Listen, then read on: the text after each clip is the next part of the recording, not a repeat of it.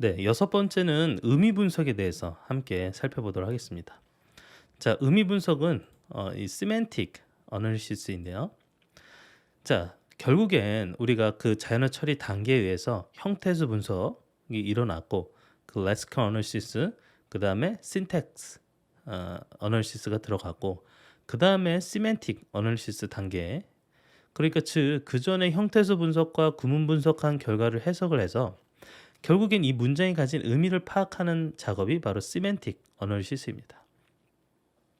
그래서 여기에는 이제 형태소 각각에 대한 의미에 대해서 어떤 지식 표현이 필요하고요. 그리고 이제 담화가 서로 간에 이제 담화가 이루어지는 상황에서 그런 어떤 상황에 대한 세계 모델 그리고 상식에 대한 지식이 필요합니다. 일반적인 상황에 대한 담화를 이해하는 것이 좀 어렵고 그리고 담화 환경의 제약을 통해서 만족스러운 정도의 시스템 구축은 가능한 그런 어떤 형태고요. 예를 들어서 우리가 대표적인 게 이제 질의응답 서비스라고 볼 수 있겠는데 의미 분석은 자연어로 제시한 질문에 대한 답변. 예를 들어서 여러분들 질문을 하면 그 도대체 질문이 의미하는 게 뭘까? 질문은 결국엔 무슨 답변을 원하는 것일까? 거기에 대한 답변을 해줘야 될 거 아니야. 대표적으로 여러분들 검색 기반 질의응답이 있고 지식 기반 질의응답 그리고 혼합형 질의응답이 있는데 그 검색 기반 질의응답은 검색 엔진과 같이 이제 웹이나 데이터베이스에서 질문에 대한 답변을 찾아서 제공을 해주면 됩니다.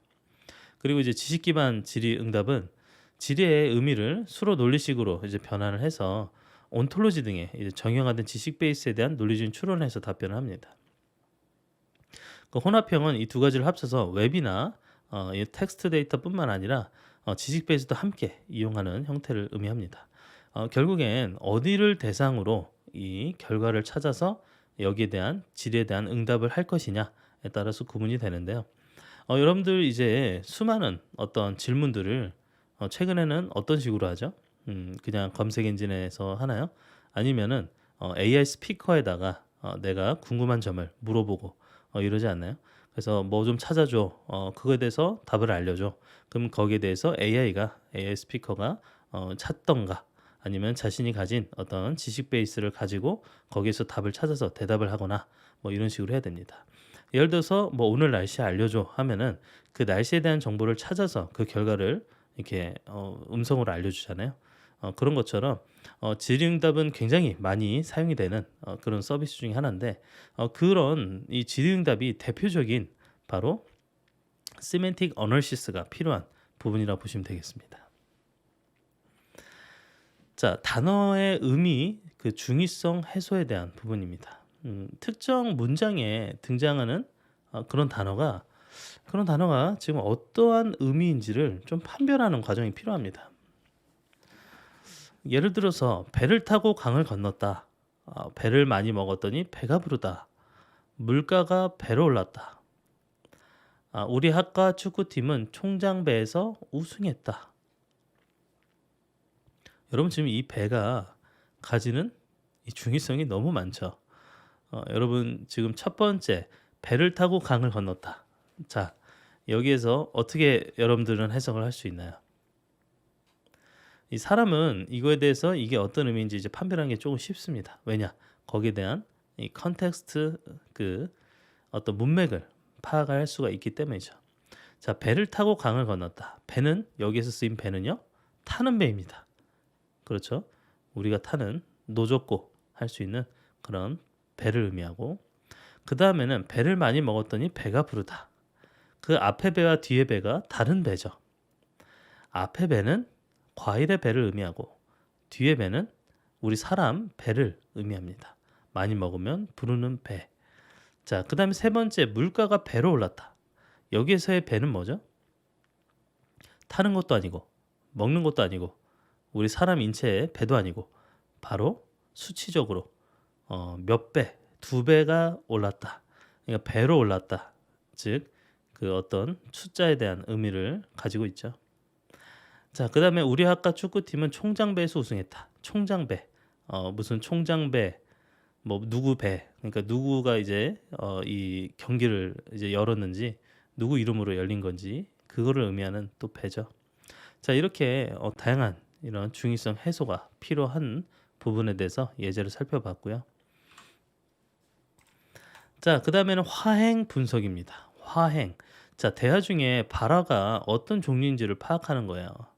이것도 굉장히 좀 중요한데 예를 들어서 대화가 어떤 걸 설명하는 말인지, 자신의 의견을 얘기하는 건지, 아니면 거기에 대한 동의를 얘기하는 건지, 거부를 하는 건지, 감사의 표현인지, 예 아니오의 질문인지, 주관식 질문인지, 아니면 그냥 혼잣말을 한 건지, 이런 재확인을 하는 건지, 이렇게 다양한 어떤 종류인지를 분석하는, 분류하는 과정이 화행 분석입니다.